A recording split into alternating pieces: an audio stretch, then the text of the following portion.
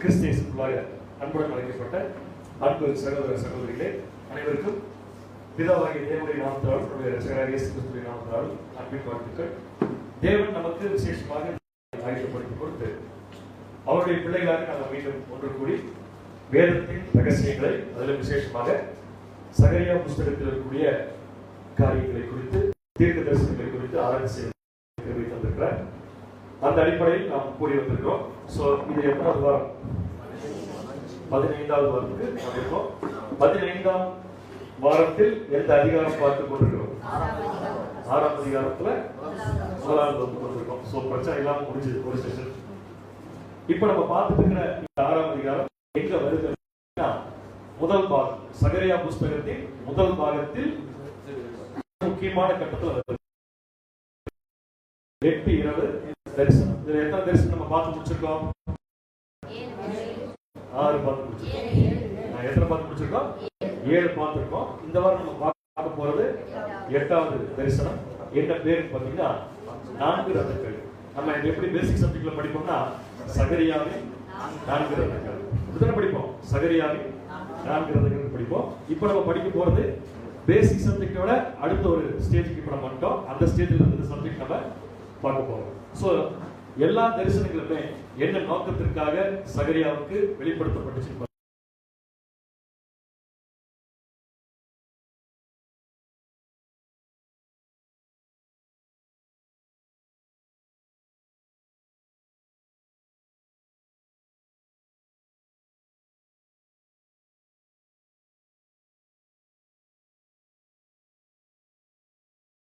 இப்போ நம்ம எங்க வந்திருக்கோம் பாத்தீங்கன்னா அந்த 4 ரதங்கள் அப்படிங்கிற பகுதிக்குள்ள வந்திருக்கோம். இந்த பகுதிக்குள்ள வர்றதுக்கு முன்னாடி கடந்த வாரம் என்ன தரிசனம் பார்த்தோம்னா 7வது தரிசனத்தை பார்த்தோம். பறந்து போதும் புஸ்தகம். பறந்து போதும் புஸ்தகம். ஆக்சுவலா 6, 7 ரெண்டுமே இதுக்குள்ளதான் இருக்கு. 6வது தரிசனமும் 7வது தரிசனமும் இதுக்குள்ளதான் இருக்கு. ஸோ இதுக்குள்ள எப்படி என்ன வகையில பார்த்தோம் அப்படின்னு சொல்லி பாத்தீங்கன்னா ஒரு தலைப்பு. அந்த தலைப்பு என்னன்னு சொல்லி பாத்தீங்கன்னா operation of divine law in millennial age. தமிழ்ல சொல்ல போனா 1000ஆம் அரசாட்சியில தேவனுடைய தெய்வீக சட்டம் எப்படி செயல்படும் அப்படிங்கறத பார்க்கணும். சோ எப்படி செயல்படும் அப்படின்னு பாத்தீங்கன்னா எப்படி வேலை செய்யுது அப்படின்னு பாத்தீங்கன்னா முதல்ல இந்த புஸ்தக சொல் என்ற சட்டம் என்ன பண்ணுதுன்னு பாத்தீங்கன்னா 1000ஆம் அரசாட்சியில உலக ஜனங்கள் பாவத்தை முதல்ல நீக்குது. படிச்சோமா? 2 வகையான குற்றங்களை பத்தி பேசிடுச்சு தீர்க்க தரிசனம். ஒண்ணு திருடன், இன்னொன்னு பொய்யான இடுகிறவன். சோ திருடனுக்கும் நியாய தீர்ப்பு, பொய்யான இடுகிறவனுக்கும் நியாய. சோ இந்த 2 பேருக்கு நியாய தீர்ப்பு கொடுத்த உடனே அவங்களுக்கு நியாய தீர்ப்புங்கிறது அழிக்கிற விஷயமா அவங்க சுத்தமாக்குற விஷயமா இருந்துச்சா? அப்ப இந்த புஸ்தக சொல் வந்து அழிப்பதற்கல்ல, எதற்கு? சுத்தமாக்குறதுக்கு நம்ம தெளிவா படிச்சிட்டோம். சோ இப்ப சுத்தம் ஜனங்கள் ஆயிட்டாங்க. ஆனா தள்ளப்பட்ட பாவம் அப்படியே எங்க இருக்கு? 1000ஆம் அரசாட்சி எப்படி கட்டி ஒரு வீடா மாறிடுச்சு, மனுஷனுடைய கிரியைகளா மாறிச்சு. இப்ப இந்த வீட்டை தேவன் என்ன பண்ணணும்? அழிக்கணும். அதை என்ன பண்றாரு? அழிச்சிட்டாரு. அதை அழிச்சு அடுத்தது தள்ளப்பட்ட பாவத்தை மூடுவதற்கு ஒரு ப்ராசஸ். அந்த ப்ராசஸ் தான் நம்ம என்ன பார்த்தோம்னா செகண்ட் விஷயம் நம்ம பார்த்தோம். பறந்து போகும் மரக்கால். மரக்கால் பறந்து போறத பார்த்தோம். அப்படிதானே? மரக்கால் பறந்து போறத பார்த்தோம். முதல்ல மரக்கால் வந்துச்சு. அந்த மரக்காலுக்குள்ள யார் இருந்தா? அக்கிரமக்காரி ஸ்திரீ இருந்தாங்க. அந்த ஸ்திரீயை வந்து தேவன் எதுக்காக உள்ள போட்டாங்கன்னா இது ஒரு தீர்க்க தரிசனம், இது ஒரு அடையாளம். என்ன அடையாளம் பாத்தீங்கன்னா 1000ஆம் அரசாட்சியில மனுஷனை சுத்திகரிச்சதுக்கு அப்புறம் மனுஷன்கிட்ட இருந்து வெளியேற்றப்பட்ட பாவத்தை தேவன் எப்படி வைக்கிறாருங்கிறதுக்கு இது ஒரு அடையாளம். எப்படி வைக்கிறார்? பாவத்தை போட்டு வைக்கிறார். எப்படி போட்டு வைக்கிறாரு? சும்மா அப்படியே வைக்கிறாரா? மூடி போட்டு வைக்கிறாரா? மூடி போட்டு வைக்கிறார். சோ மூடி என்ன மூடி? ஈய மூடினா என்ன மெட்டீரியல்? லெட். மாட்டிக்கும். அலுமினியம் கிடையாது. இந்த சைஸ் இருக்கிற ஒரு 2 ஸ்திரீகள் வந்தாங்க. அந்த தேவனுடைய செட்டைகள் அந்த ஸ்திரீகளுக்கு கொடுக்கப்பட்டுச்சு பார்த்தோம். சோ அந்த மாதிரி இருக்கிற இரக்கம், அன்பு அப்படிங்கிற விஷயம் தான் 1000ஆம் அரசாட்சியில உலக ஜனங்கள் கிட்ட தள்ளப்பட்ட பாவத்தை எடுத்துட்டு போய் சினேயா தேசத்துல கொண்டு போட முடியும். சினேயா தேசத்தில் கொண்டு போய் போடப்படுது பார்த்தோம். சோ அன்பு, இரக்கம் இதெல்லாம் எப்படி செயல்படுதுன்னா பாவத்தை வெளியே தள்ள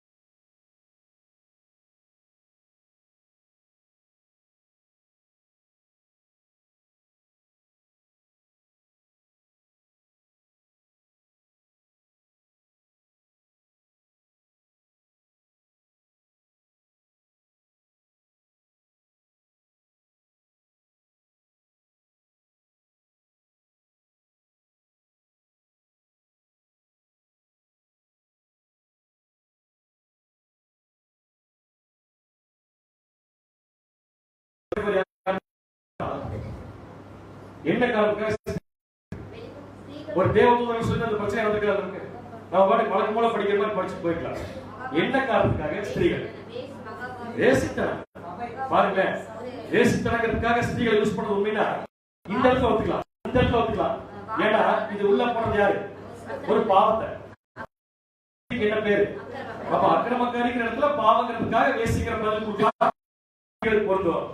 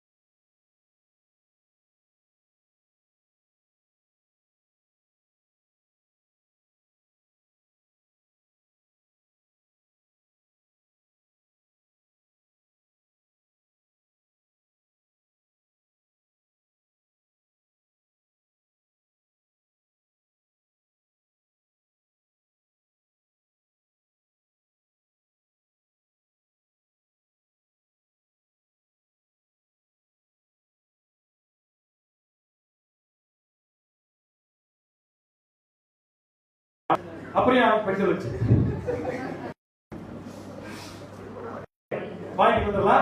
இந்த இடத்துல இந்த விஷன் முதல்ல யாருக்கு சொல்லப்பட்டது? முதல்ல யாருக்கு பொருந்தும்? இஸ்ரவேல் ஜனங்கள். தேவன் வந்து ஒரு அவருடைய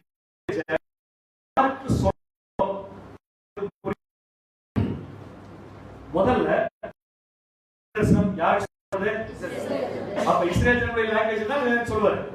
இஸ்ரேல் தேவன் தீர்க்க தரிசனத்துல நல்லதா இருந்தாலும் சரி, கெட்டதா இருந்தாலும் சரி, ஸ்திரீகள் என்ற கேரக்டர் பாத்தீங்களா?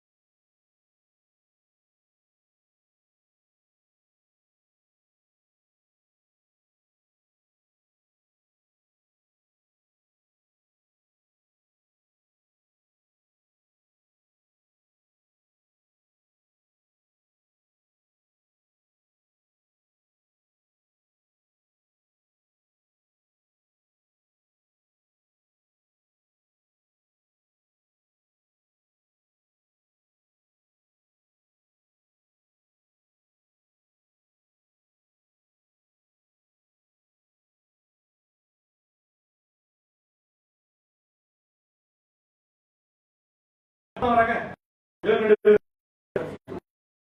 அந்த அம்மா இந்த அம்மா ரெண்டுமே பாசிட்டிவா? ஒண்ணு பாசிட்டிவ். அப்புறம் தேவன் யார்கிட்ட அவங்களுக்கு ஸ்டைல்ல பேசுவார். அந்த மாதிரி இஸ்ரேல் ஜனங்களுக்கு இந்த தீர்க்க தரிசனத்தை சகரியா மூலம் சொல்றதுக்காக தான் தேவன்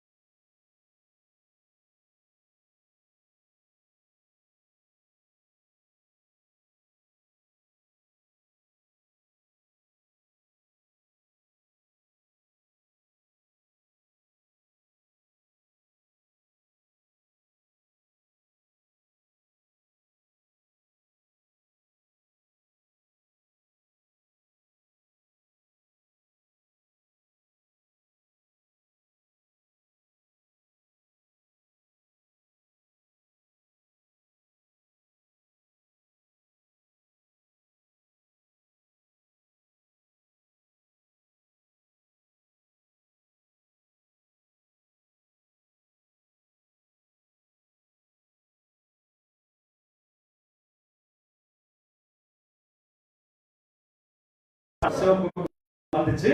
இதை யார் பார்த்துருக்கா? இப்ப யார் பார்த்துருக்கா? இப்ப நமக்கு என்ன கேள்வி வருது? அதே கேள்வி சகரியா இருக்கு. வாசிக்கலாம். சகரியா 6ஆம் அதிகாரம் 4ஆம் வசனம் 5ஆம் வசனம். சகரியா 6ஆம் அதிகாரம் 4 5ஆம் வசனம். நான் என்னோடு பேசின தூதனை நோக்கி ஆண்டவனே இவைகள் என்னவென்று கேட்டேன். எவைகள்?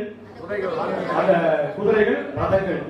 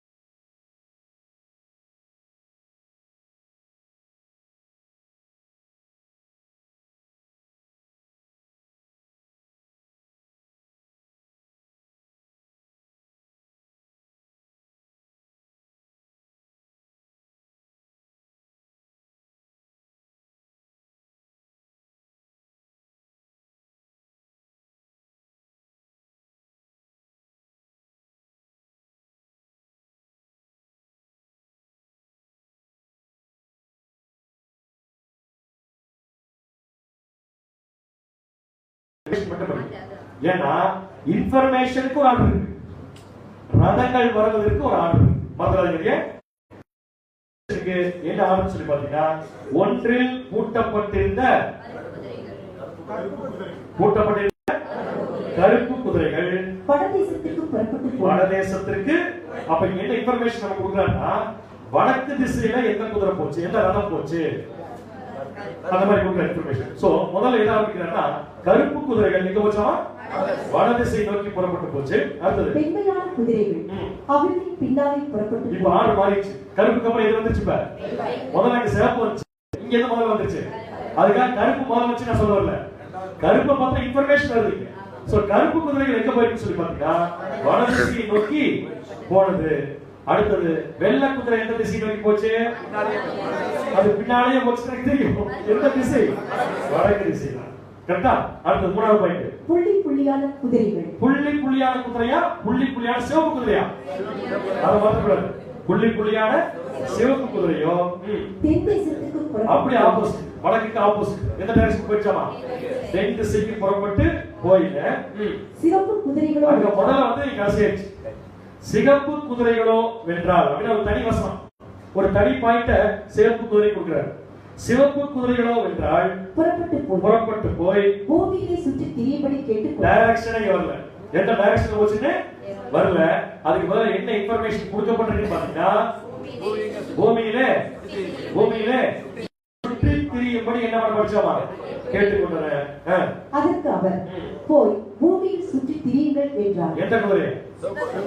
சிவப்பு குதிரைய என்ன சொல்றாமா? மிகாயில் தூதன் சொல்றாமா, போய் என்ன பண்ணுவீங்க? பூமியிலே சுற்றி திரியுங்கள் என்றார்.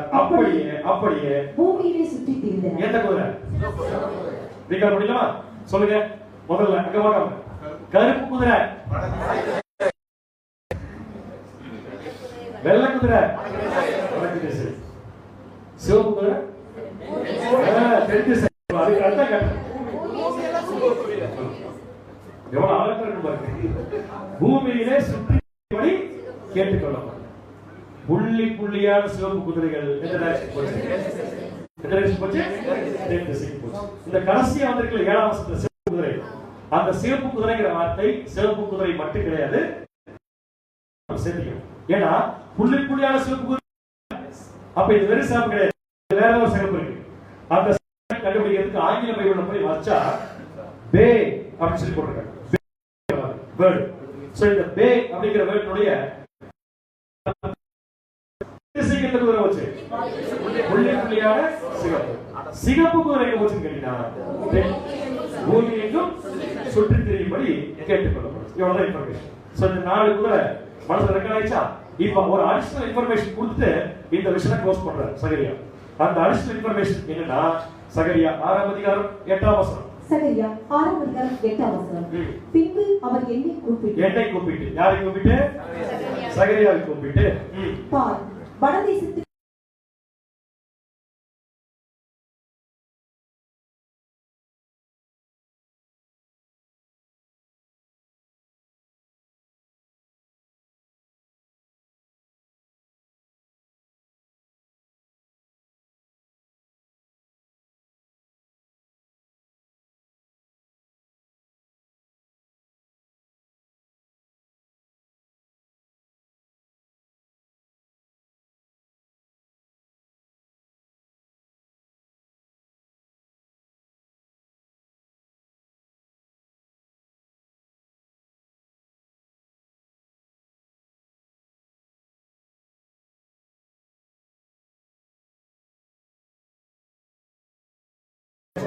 ஞாபகத்துக்கு பரவாயில்ல.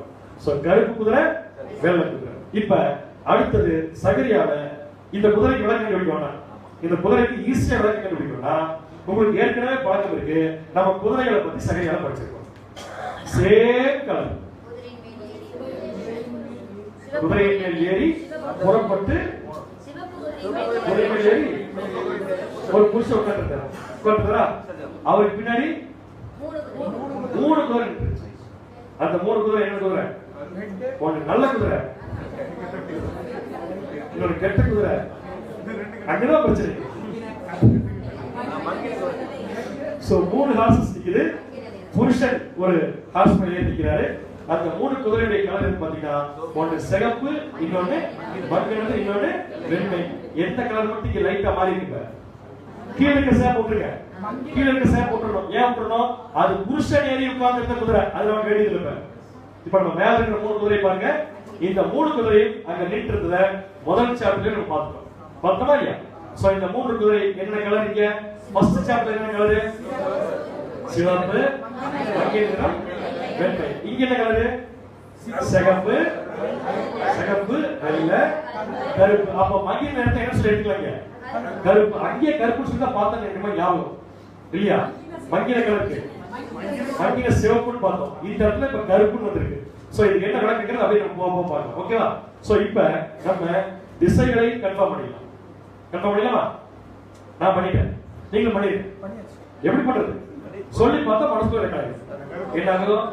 கருப்பு குதிரை வடதிசை, வெள்ளை குதிரை வடதிசை, புள்ளி புள்ளியான குதிரை தென் திசை, அடர்த்தியான சிவப்பு குதிரைக்கு பாத்தீங்கன்னா பூமியிலே.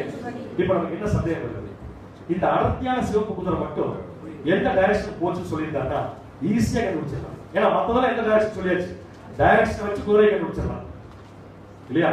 இந்த குதிரை மட்டும் எங்க போச்சுன்னு சொல்லாம அது பூமியையும் சுற்றி திரியுது. அப்படின்னு இந்த குதிரை எங்க போகுது? பூமிக்கு போகுது. அது மட்டும் தெரியுது, பூமியையும் சுற்றி திரியுது போட்டு. சோ இந்த வசனத்தை, இந்த வார்த்தையை பூமியிலே சுற்றி திரியும்படி கேட்டுக்கொண்டன அப்படிங்கிற வார்த்தையை ஆங்கிலத்தில் எடுத்து படிச்சா வாக் டு அண்ட் ஃப்ரோ. கரெக்டா? அங்கும் இங்கும் அங்கங்க அப்படியே சுத்திட்டு இருந்துச்சாமா பூமியில, அங்கங்க என்ன பண்ணிட்டுச்சாமா சொல்லிருச்சாமா. இதுவும் தவறான மொழிபெயர்ப்பு. தமிழை நம்ம பார்த்தோம் இல்லையா? பூமி எங்கும் சுற்றி தெரியும்படி கேட்டுக்கொள்ளப்பட்ட மொழிபெயர்ப்பும் தவறான மொழிபெயர்ப்பு. சோ நேர கண்காண சபை விளக்கம் எடுத்தா ஹாவ்லாக் அப்படிங்கிற வார்த்தை, அதுக்கு இன்னொரு விளக்கம் இருக்கு இங்கிலீஷ்ல. என்ன பார்த்தீங்கன்னா டிபார்ட். டிபார்ட் டிபார்ட்ங்கிற வார்த்தைக்கு கேட்டுப்பாங்க. டிபார்ட்மெண்ட் இல்ல, டிபார்ட். டிபார்ட் ரயில்வே ஸ்டேஷன்ல, ரயில்வே ஸ்டேஷன்ல ட்ரெயின் டிபார்ச்சர் ஆயிடுச்சு சொன்னா என்ன அர்த்தம்? போயிடுச்சு, நீங்க வேற பக்கம் போகணும். கரெக்டா? அப்ப இந்த குதிரைக்கு என்ன மீனிங் வருது? புள்ளி புள்ளியான சிவப்பு குதிரைகள் பூமி எங்கும் சுற்றி திரிகின்றன அப்படிங்கிற வார்த்தை தவறு. என்ன சொல்லி வரணும்? அது முன்னாடி என்ன ஆயிடுச்சு? போயிடுச்சு. அதான் கரெக்டா மீனிங். அந்த குதிரை முன்னாடி என்ன ஆயிடுச்சுங்க? போயிடுச்சு. டிபார்ச்சர் என்ன அர்த்தம்? முன்னாடியே போயிடுச்சு. இப்ப என்ன கேட்டா எதுக்கு முன்னாடி போச்சு? எதுக்கு முன்னாடி போச்சுன்னா, எதுக்கு முன்னாடி போச்சு கண்டுபிடிக்கணும்னா கொஞ்ச நேரம் காத்திருக்க வேண்டும். இல்ல, பார்க்கலாம்.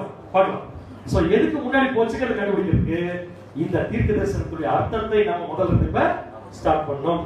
ஓகே? சோ இது வரைக்கும் புரிஞ்சா? மொத்தம் எத்தனை குதிரை? அதே வெளிய வரும். நாலு தான். என்ன கலர்? Black and white. ஒரு மாதிரி டார்க் ரெட், டார்க் ரெட், அவ்வளவுதான் படிச்சது. டைரக்ஷன் அப்படியே பார்த்தா சொல்லுவோம்.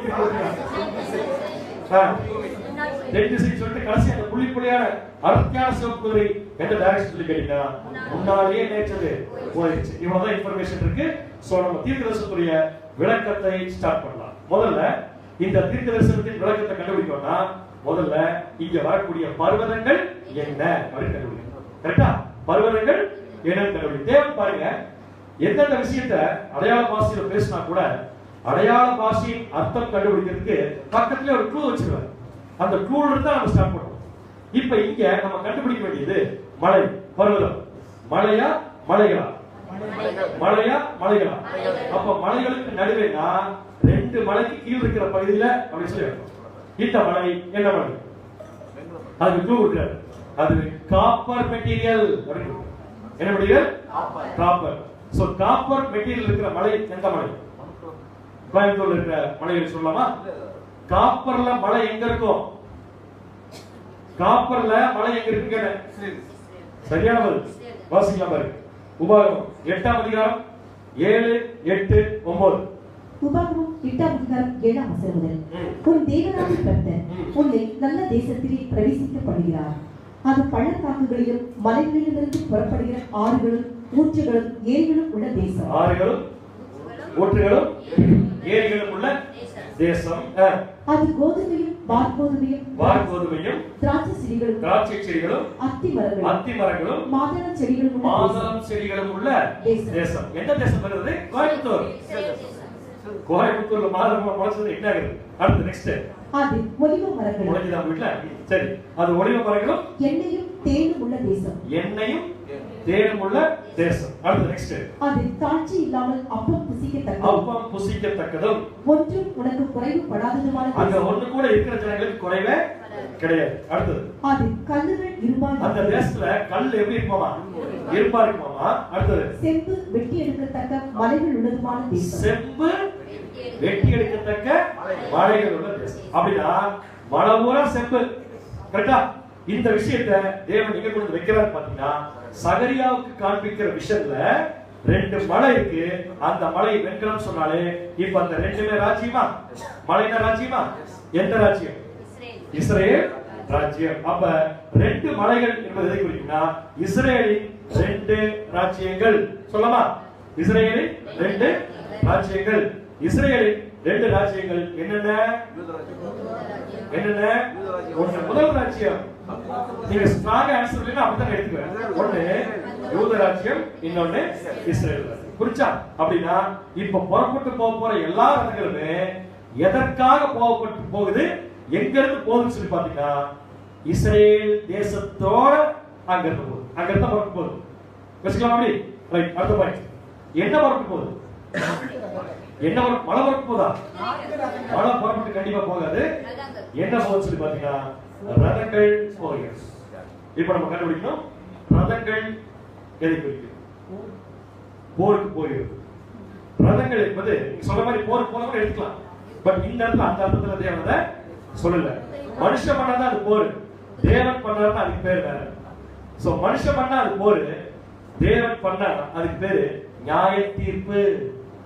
பைபிள்ல எங்க ரதங்கள் வந்தாலும் அதனுடைய ஆவிக்குரிய அர்த்தம் என்ன சொல்லி பாத்தீங்கன்னா, நியாய தீர்ப்பு. வாசிக்கலாம் பாருங்க.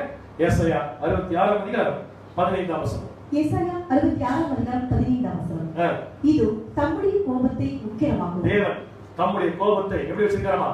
உக்கிரமாகவும், தம்முடைய கடிந்து கொள்ளுதலை அக்கினி ஜுவாலையாகவும் செலுத்த, தம்முடைய கடிந்து கொள்ளுதலை அக்கினி ஜுவாலையாகவும் செலுத்த, கர்த்தர் அக்கினியோடும் வருவார். கர்த்தர் எதோடு வராமா?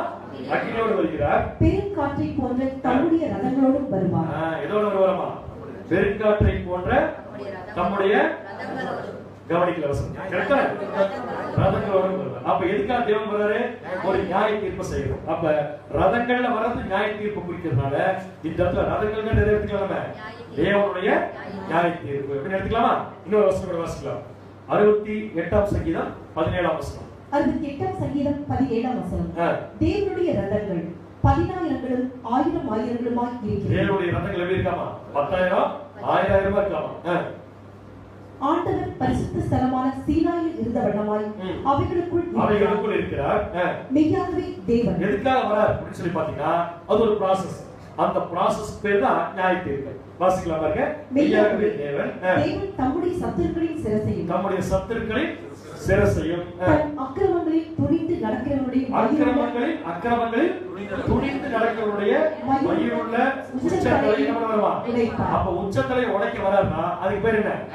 நியாய தீர்ப்பு. எதுல வராமா? ரதத்துல வராமா? அப்ப ரதம் ரெப்ரசன்ட்ஸ் என்ன? தேவனுடைய நியாய தீர்ப்பு. தேவனுடைய நியாய தீர்ப்பு. இப்ப தேவனுடைய நியாய தீர்ப்புல 2 பேர் இருக்கு. ஒண்ணு கோபம் இருக்கு, இன்னொன்னு சாந்தம் இருக்கு. நியாய தீர்ப்புகள் தண்டனை கிடையாது. நியாய தீர்ப்புங்கிறது நியாயமான தீர்ப்பு. அதுல கோபம் இருக்கு, சாந்தம் இருக்கு. இப்ப சகரியாவுடைய விஷயத்துல தேவனுடைய 4 ரதங்கள் புறப்பட்டு போகுதுன்னா என்ன புறப்பட்டு போகுதுன்னு எடுத்துக்கலாம்? 4 விதமான நியாய தீர்ப்பு புறப்பட்டு போகுது.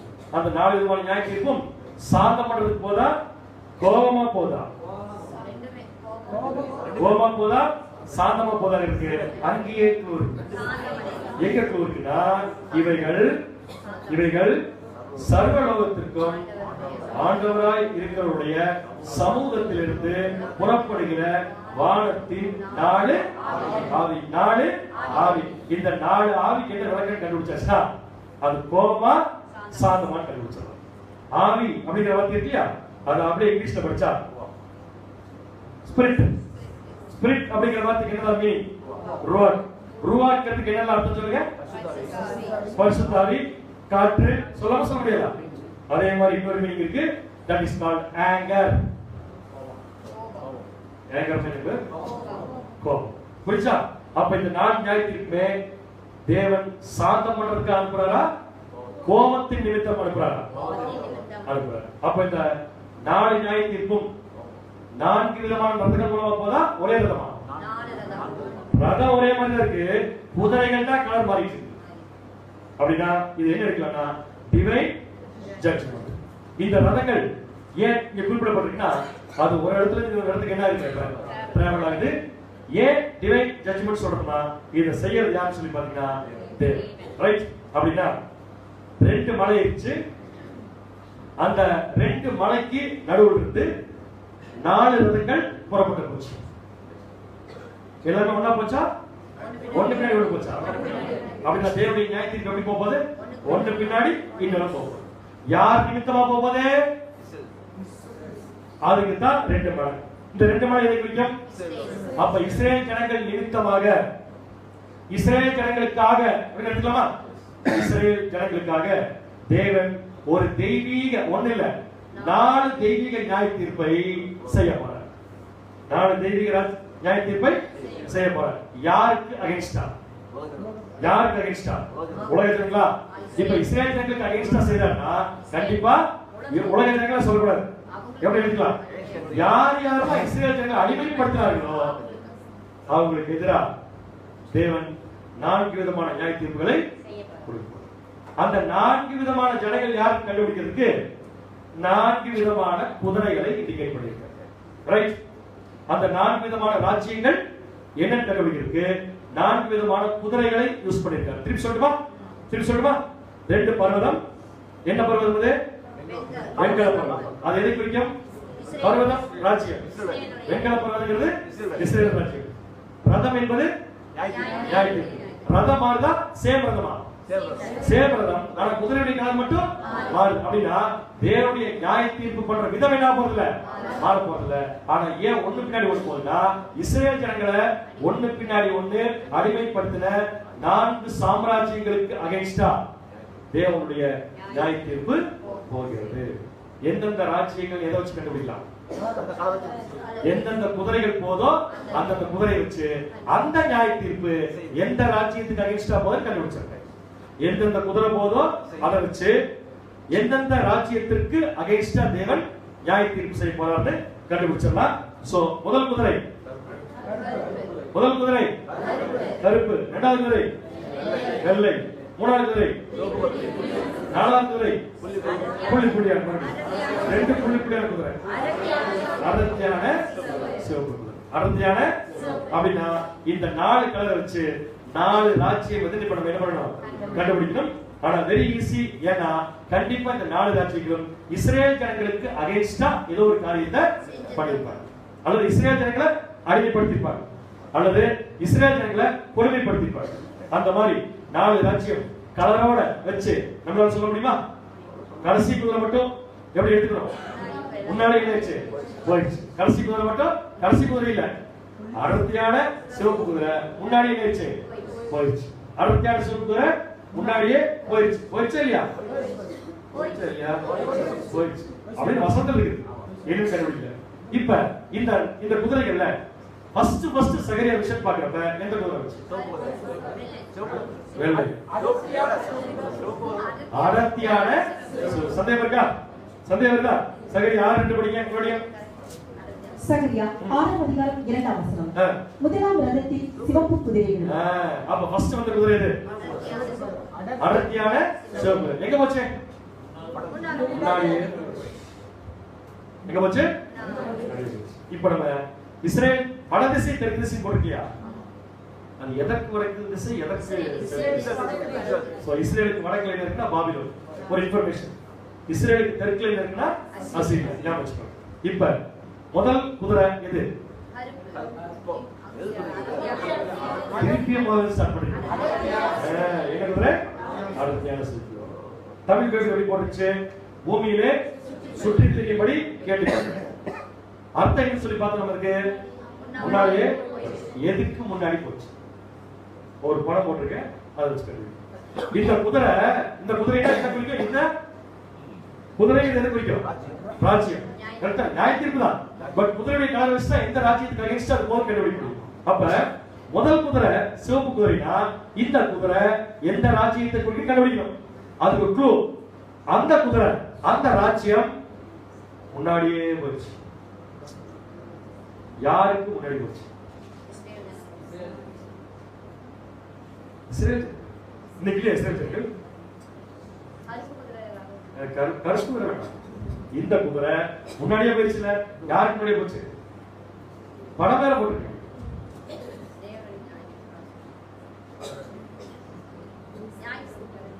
எதுக்கு முன்னாடி போச்சு தெரியுமா? சகரியா கிட்ட தேவன் இந்த தீர்க்க தரிசனத்தை பேசிட்டு இருக்கிறப்ப,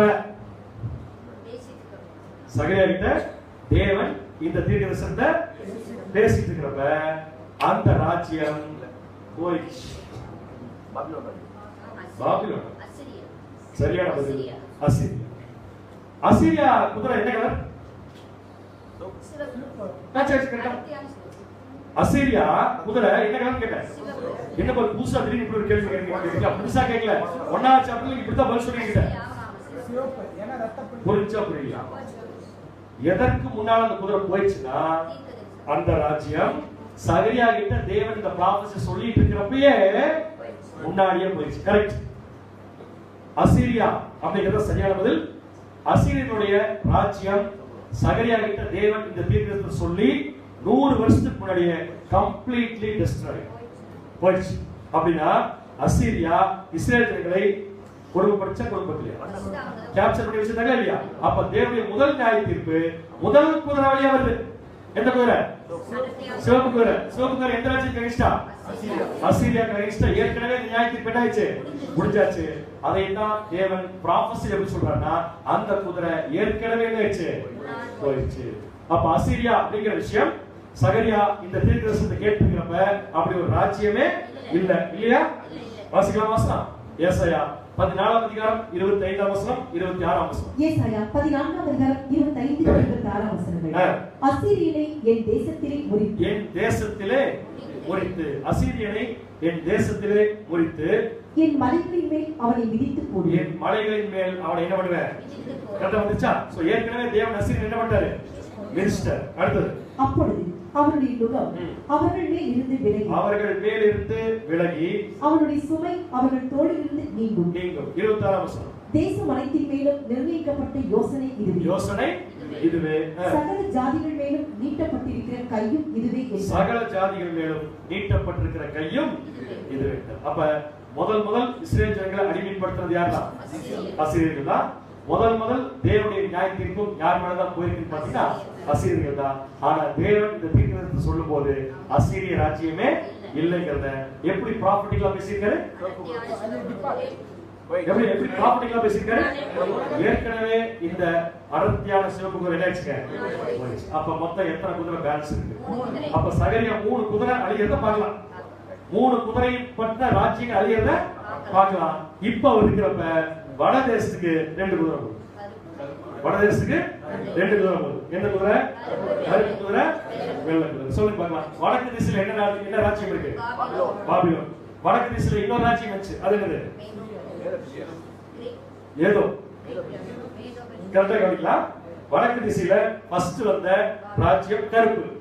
சோ அந்த கருப்பு குதிரை எதை குறிக்குது பாத்தீங்கன்னா பாபிலோன் ராஜ்யம். கருப்பு குதிரை எதை குறிக்குது பாத்தீங்கன்னா பாபிலோன் ராஜ்யம். இதெல்லாம் ஒண்ணா சாப்டர்ல படிச்சிட்டோம். மறுபடியும் நான் பேச தயாரா இதை பத்தி. கரெக்ட்டா? அடுத்தது அதே வடதேசத்துல பாபிலோன் கவர்மெண்ட் எடுத்துட்டு நெக்ஸ்ட் ஒரு கவர்மெண்ட் வச்சு அது யாருக்கு? வெள்ளை குதிரை. அது யாருக்கு? பெர்சியா. இதெல்லாம் அந்த சாப்டர்ல போட்ட ஸ்லைடு. இதெல்லாம் ஒன்னாவது சாப்டர்ல போட்ட அதே ஸ்லைட எடுத்து போட்டிருக்கு. அப்படின்னா வடக்கு திசைக்கு போன 2 குதிரை எது? ஒண்ணு முதல்ல கருப்பு, அதுக்கப்புறம் என்னங்க? வெள்ளை. சோ கருப்பு எந்த ராஜ்யத்தை குறிக்கும்? பாபிலோன் ராஜ்யம். இரண்டாவது என்ன? வெள்ளை குதிரை எந்த ராஜ்யத்தை குறிக்கும்? மேதோ பெர்சியா ராஜ்யம். பெர்சியா ராஜ்யத்தை குறிக்கும். இந்த 2 ராஜ்யமே இஸ்ரேல் ஜனங்களை அடிமைப்படுத்தி வச்சிருந்தாங்களா இல்லையா? கரெக்டா இல்லையா? அப்ப தேவனுடைய நியாய தீர்ப்பு அடுத்தது யார் மேல வரப்போகுதுன்னு பாத்தீங்கன்னா ஃபர்ஸ்ட் யார் மேல வச்சு? ஃபர்ஸ்ட் என்ன குதிரை? அடர்த்தியான சிவப்பு குதிரை. கரெக்ட். அடுத்த நியாய தீர்ப்பு யார் மேல வருது? பாபிலோன் கருப்பு குதிரை. அடுத்த நியாய தீர்ப்பு யார் மேல வருது பாத்தீங்கன்னா பெர்சியா. கரெக்டா? இப்ப 8வது வசனம் வாசிக்கலாம். கன்க்ளூஷன் வாசி. பின்பு அவர் என்னை கூப்பிட்டு, யாரை கூப்பிட்டு? சகரியாவை கூப்பிட்டு, பார், வடதேசத்துக்கு தேசத்துக்கு புறப்பட்டு வட போனவர்கள் தேசத்திற்கு புறப்பட்டு போனவர்கள். இவைகள் நீங்க சொல்லுங்க, கருப்பு குதிரை, வெள்ளை குதிரை. அப்படின்னா யாருக்கு அகைன்ஸ்டான ஜட்ஜ்மெண்ட் அது? பாபிலோனுக்கும் பெர்சியாவுக்கும் நான் ஜட்ஜ்மெண்ட் பண்ணி முடிச்ச உடனே தேவன் சொல்றாரு, பெர்சியாவுக்கும் பாபிலோனுக்கும் பெர்சியாவுக்கும் நான் ஜட்ஜ்மெண்ட் கொடுத்து முடிச்ச உடனே என் கோபம் என்ன ஆச்சு? புரிச்சவங்களுக்கு? ஏன்னா அப்ப சகையா இருக்கிறப்ப இந்த ரெண்டு ராஜ்யமும் இஸ்ரேல் ஜனங்கள் என்ன பண்ணிருந்தாங்க? கொடுமைப்படுத்தி. சோ முதல்ல பாபிலோன் ராஜ்யம் கொடுமைப்படுத்தினாங்க, அடுத்து பெர்சியா ராஜ்யம் வந்து அவங்களும் இஸ்ரேல் ஜனங்களை புடிச்சு வச்சிருந்தாங்க. இந்த ரெண்டு ராஜ்யத்துக்கு நியாய தீர்ப்பு கொடுத்த உடனே தேவனுடைய கோபம் என்னாச்சு? சாந்தி. இப்ப சொல்லுங்க, எத்தனை குதிரை முடிச்சது சப்ஜெக்ட்ல? முதல்ல எந்த குதிரை அப்படின்னா என்ன மீனிங்? தேவனுடைய நியாய தீர்ப்பு. முதல் தேவன் யார் மீது நியாய தீர்ப்பு செய்தார்? அசீரியா. அடுத்தது என்ன குதிரை? கருப்பு. அடுத்தது அப்ப தேவன் கூட பாருங்க கோபத்தை சேர்த்து வச்சிருக்காரு. கோபத்தை வச்சிருக்காரு. யார் மேல நியாய தீர்ப்பு செய்யணுமோ நியாய தீர்ப்பு செஞ்சு முடிச்ச உடனே கோபத்தை ரெஸ்ட் கொண்டு போயிரு. கோபத்தை ரெஸ்ட் கொண்டு போயிரு. வாசிக்கலாம் பாருங்க, எரேமியா 47ஆம் அதிகாரம் 6ஆம் வசனம். எரேமியா 47ஆம் அதிகாரம் 6-7 வசனங்கள். கர்த்தரின் பட்டயமே, கர்த்தரின் பட்டயமே, எந்த மட்டும் அமராதிருப்பாய், எந்த மட்டும் அமராதிருப்பாய். என்ன அர்த்தம்? பட்டயம், பட்டயம்னா பட்டயம். எல்லாரும் கையை எப்படி பிடிக்கிறீங்க? என்ன சொல்றீங்க? பட்டயம், பட்டயம், கத்தி, கத்தி, கத்தியே எந்த மட்டும் அமராதிருப்பாய் அர்த்தம். வெட்டிக்கிட்டே இருக்கிறியே, எப்ப வெட்டுறது? அடுத்து அடுத்து உன் முறைக்குள் திரும்பி வந்து ஓய்ந்து அமர்ந்திரு. எங்க வா? இந்த இடத்துல இப்ப பட்டயம் நியாய தீர்ப்பு. அப்ப தேவனுடைய நியாய தீர்ப்பு என்னன்னா, ஒரு டைம் வர வரைக்கும் ரெஸ்ட் எடுக்கிறது. அது என்ன பண்ணிருக்கலாமா? பயங்கரமா ஒர்க் பண்ணிட்டு இருக்கு. அடுத்து அது எப்படி அமர்ந்திருக்கும்? அது எப்படி அமர்ந்திருக்கும்? நீங்க சும்மா தானே. அது எப்படி அமர்ந்திருக்கும்? அஸ்கலோனுக்கு விரோதமாகவும், அஸ்கலோனுக்கு விரோதமாகவும், கடற்துறை தேசத்துக்கு விரோதமாகவும், கடற்துறை தேசத்திற்கு விரோதமாகவும் கர்த்தர் அதற்கு கட்டளை, கர்த்தர் அதுக்கு என்ன கொடுத்திருக்காரு? இப்ப அப்ப தேவனுடைய நியாய தீர்ப்புக்கு தேவன் என்ன கொடுத்திருக்காராமா? கட்டளை. என்ன கட்டளை கொடுத்திருக்காரு? ஓயா அடி. யார? இந்த சாப்டர்ல ஒண்ணு அசீரியா, அடுத்தது பாபிலோன், அடுத்தது ஏன்? ஏன்னா இந்த மூணு ராஜ்யமும் இஸ்ரேல் ஜனங்களை கொடுக்கும். அப்ப இஸ்ரேல் ஜனங்களை கொடுமைப்படுத்தா யார் கோவம் வந்துரும்? அப்ப தேவன் என்ன பண்ணுவாரு? நியாய தீர்ப்பை அனுப்புவாரு. புரிஞ்சவங்களுக்கு? ரைட். அவைகளுக்கு கட்டளை கொடுப்பார். இன்னும் ஒரு குதிரை பாக்கி. ஆனா அந்த குதிரைக்கு நியாய தீர்ப்பு உண்டு. கரெக்டா இல்லையா? இன்னொரு குதிரை உண்டா இல்லையா? உண்டு. அந்த குதிரைக்கு என்ன உண்டு? அப்ப அந்த குதிரை ஏதோ குரூப் பண்ணுது. ஆனா பெர்சியா முடிஞ்சு அதுக்கு ரொம்ப நாள் ஆகுது வரது. அவ்வளவுதான். அப்படியே போய் ரைட். என்ன சகரி இந்த காட்சியை பார்க்க போறது இல்ல. என்ன சகரி எந்த காட்சியோட முடிச்சிருவாருன்னா, தேவன் பெர்சியா ராஜ்யத்துக்கு நியாய தீர்ப்பு வாங்குறதோட அவருடைய வாழ்க்கை முடிச்சிடும். சோ அடுத்த குதிரை வருது, அதை பார்க்க போறது இங்க இருக்கும் சகரியா. எங்க இருக்கும் சகரியா? இங்க இருக்கும் சகரியா. சோ இப்ப தேவனுடைய நியாய தீர்ப்பு என்ன ரூபத்துல வரப்போகுதுன்னு என்ன பதில் சொல்லுவீங்க? தேவனுடைய நியாய தீர்ப்பு எந்த ரூபத்துல வரப்போகுது என்ன பதில் சொல்லுவோம்? புள்ளி புள்ளியான குதிரை. என்ன திசை? தென் திசையை குறிக்கும். அவ்வளவுதான். அப்படி ஞாபகம். கரெக்டா? அப்ப பூமியில மறுபடியும் யாரோ தேவனுடைய பிள்ளைகள் இருக்காங்க. அவங்கள போட்டு ஏதோ ஒரு ராஜ்யம் என்ன பண்ணுது? ஒரு ராஜ்யமா நிறைய ராஜ்யமா? அது எப்படி கண்டுபிடிக்கலாம்? இந்த ப்ராப்ளம்ல நிறைய டாட். சரியான பதில். நிறைய டாட். சோ இந்த குதிரைகள் இப்ப என்ன பண்ணுதுன்னா, பூமியில சகரியா பார்க்காத ஒரு காட்சியை இப்ப நம்ம பார்க்க போறோம். அந்த ராஜ்யம் முதல்ல எந்த ராஜ்யம் பாத்தீங்கன்னா, பெர்சியாவுக்கு அப்புறம் அப்படியே அப்படியே கொஞ்சம் அப்படியே போனீங்கன்னா அடுத்து வந்த ராஜ்யம் எது? கிரேக்க ராஜ்யம். கிரேக்க ராஜ்யம் இஸ்ரேல் ஜனங்களை கொடுமைப்படுத்துது. அது ஆச்சரியம். இஸ்ரேல் ஜனங்கள் என்ன பண்ணல? கொடுமைப்படுத்துது. அப்ப இவங்களுக்கு அகைன்ஸ்டா தேவனுடைய நியாய தீர்ப்பு வரப்போறது இல்ல. ஆனா இந்த ராஜ்யம் அழியும். ஏன்னா அந்த ராஜ்யம் வரணும் இல்ல. அடுத்த எந்த ராஜ்யம் வரணும்? ரோம ராஜ்யம். சோ கிரேக்க ராஜ்யம் ஒரு புள்ளி. என்ன கலர் புள்ளி? என்ன கலர் புள்ளி கேட்ட? சிவப்பு கலர் புள்ளி. எதை வச்சு சொல்றீங்க? அந்த குதிரை, அந்த நியாய தீர்ப்பு எப்படி அடையாளப்படுத்தப்பட்டிருக்குன்னா, ஒரு குதிரை மேல எக்கச்சக்கமான சிவப்பு டாட்டு. அதுல ஒரு சிவப்பு டாட்டு கிரேக், அடுத்த சிவப்பு டாட்டு ரோம். ரோமர்கள் இஸ்ரேல் ஜனங்களை கண்ட்ரோல் பண்ணாங்களா இல்லையா? அப்ப தேவனுக்கு என்ன வரும்? சாந்தி பண்ணிக்கிற கோபம் என்ன வச்சுக்கோ மறுபடியும் வந்துருச்சு. என்ன பண்ணாங்க? ரோமராட்சியம் வந்து இயேசு கிறிஸ்து பின்னாடி கிபி 70 இஸ்ரேல் ஜனங்களை உலகமெங்கும் சிதறடித்தார்கள். உலகமெங்கும் சிதறடித்தார்கள். சோ உலகமெங்கும் சிதறடிச்ச உடனே இஸ்ரேல் ஜனங்கள் உலகமெங்கும் போய் குடிபெயர்ந்தார்கள். உலகமெங்கும் போய் குடிபெயர்ந்தார்கள், இன்க்ளூடிங் இந்தியா. சோ மொத்தம் எத்தனை நாட்டுல குடி போய் புகுந்தாங்க? அந்த அந்த குதிரை மேல எத்தனை டாட் இருக்க வாய்ப்பு இருக்கு? புள்ளி புள்ளி இருந்துச்சுல, எத்தனை புள்ளி அந்த குதிரை மேல இருக்கு? 195 புள்ளி இருக்கு. கரெக்டா? சோ எல்லா நாடுகளும் இஸ்ரேல் ஜனங்களை ஏத்திட்டாங்க. ஆனா இஸ்ரேல் ஜனங்களை அவங்க நிறைய பேர் விடுவதற்கு என்ன இல்ல, தயாரா இல்ல. இஸ்ரேல் ஜனங்களுக்கும் வருவதற்கு மனசு இல்ல. அப்படின்னா எத்தனை புள்ளி இருக்கு பாருங்க. முதல்ல அசீரியா ஃபர்ஸ்ட் குதிரை என்ன கலர் இது? அடுத்தது பாபிலோன், அடுத்தது பெர்சியா, அடுத்தது கிரேக், அடுத்தது அடுத்தது அடுத்தது அடுத்து அடுத்தது ஐக்கிய நாடுகள் சபை. சரியான பதில் தான், ஐக்கிய நாடுகள் சபை. அதைத்தான் தேவன் எப்படி சொல்றாருன்னா புள்ளி புள்ளி. இப்ப சொல்லி பார்க்கலாம், இத்தனை ராஜ்யங்களும் உலகத்தை ஆண்டது உண்மையா இல்லையா? இத்தனை ராஜ்யங்களும் உலகத்தை ஆண்டது உண்மையா இல்லையா? பொய், உண்மை. இத்தனை ராஜ்யங்கள் தோத்து போனது உண்மையா இல்லையா? யார் தோற்கடிச்சது? ஏன் தோற்கடிச்சது? ஏன் தோற்கடிச்சார்? ஏன் தோற்கடிச்சார்னா அதுதான் தேவனுடைய நியாய தீர்ப்பு. ஏன்னா எல்லா நாடுகளும் இஸ்ரேல் ஜனங்கள் என்ன பண்ணிருக்காங்க பாத்தீங்கன்னா, ஒரு ரொம்ப ஓவர் இந்த ஜனங்களுக்காக. இந்த ஜனங்களுக்காக தேவனுக்கு என்னெல்லாம் பண்ணுவார் தெரியவே இல்லை. பட் என்னமோ எப்படியோ இந்த ஜனங்கள் எல்லாம் அடிமைப்படுத்தப்பட்டதுனால ஒரு நல்ல விஷயம் பாத்தீங்கன்னா, பரலோகத்தின் தேவன் இந்த ராஜ்யங்களை போல டிஃபீட் பண்றது என்ன காரணத்துக்காக பாத்தீங்கன்னா, 195 நாடுகள் ஒன்னா இருந்தா கூட இதை பூரா தேவன் ஒரு நியாய தீர்ப்பு கொடுக்க போறாரு. அதுதான் புள்ளி புள்ளியான குதிரைகள். அந்த நியாய தீர்ப்பு கொடுப்பது என்ன காரணத்துக்காக சொல்லி பாத்தீங்கன்னா, அடுத்தது முக்கியமா இன்னொரு ராஜ்யம் வர வேண்டும். அந்த ராஜ்யத்துல இஸ்ரேல் ஜனங்கள் அடிமைகள் கிடையாது. அந்த ராஜ்யத்தில் இஸ்ரேல் ஜனங்கள் ஆளுகை செய்வான்னு சொல்றத விட அந்த ராஜ்யத்துல அவங்கதான் பூமியில எல்லாமே. பூமி எந்த திசை? சபை எந்த திசை? வடக்கு திசை. அப்ப வடக்கு திசையில் இருந்து இஸ்ரேலுக்கு வடக்கு திசையில் இருந்ததையும் தேவன் போல நியாயத்தை கொடுத்தாரு. இப்ப தெற்கு திசைங்கிற பூமியில இஸ்ரேல் ஜனங்களை கண்ட்ரோல் பண்ண அத்தனை ராஜ்யங்களுக்கும் தேவன் நியாய தீர்ப்பு கொடுக்க. இப்ப இந்த நியாய தீர்ப்பை யார் கண்ணால பார்க்க போறது? யார் கண்ணால பார்க்க போறது?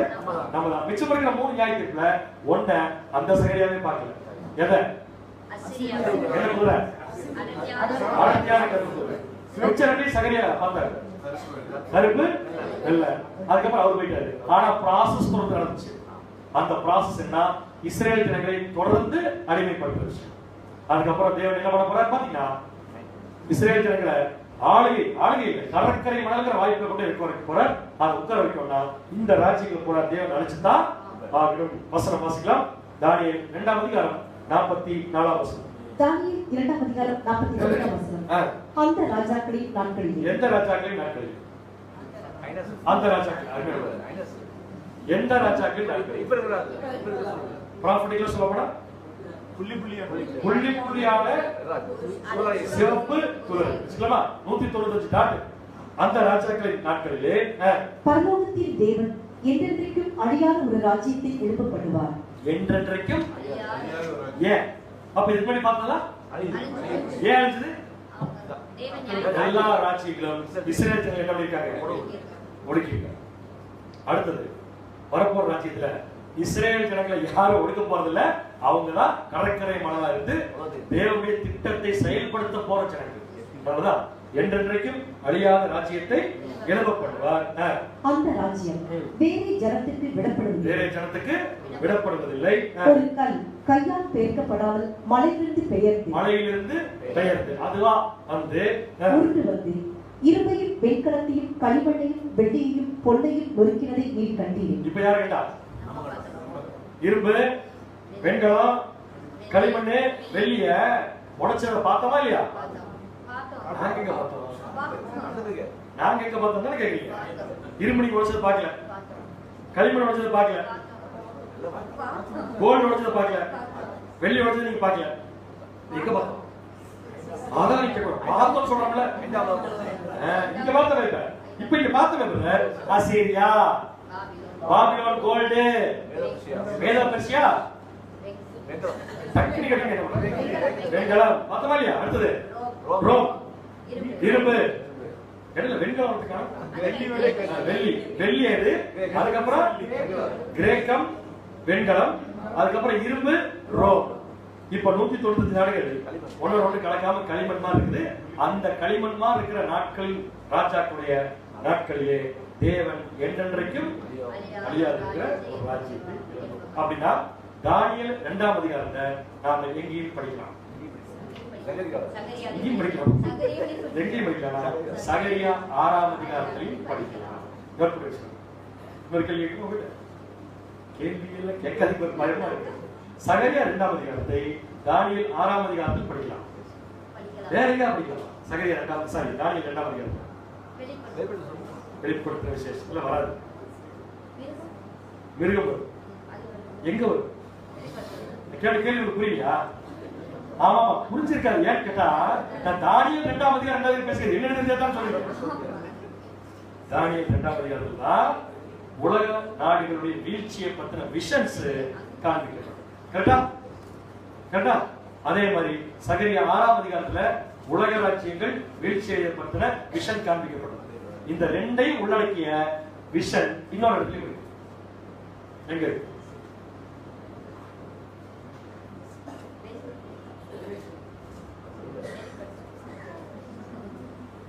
இப்படி தேடினீங்க எப்படி கிடைக்கும்? எல்லாம் பக்கத்துல எல்லாம் தேடுறாங்க.